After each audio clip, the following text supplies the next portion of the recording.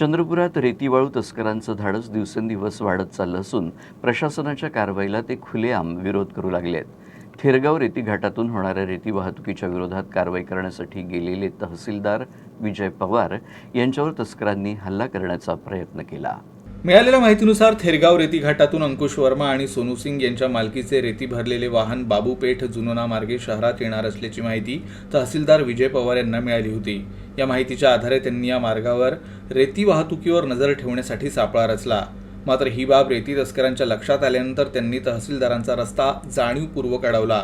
एका कार चालकानं विजय पवार यांची गाडी अडवून ठेवली आणि त्याच दरम्यान रेतीनं भरलेलं वाहन दुसऱ्या मार्गाने शहरात घुसवण्यात आलं। या प्रकारामुळे चंद्रपूर जिल्ह्यात रेती तस्करांची मुजोरी स्पष्टपणे समोर आली आहे।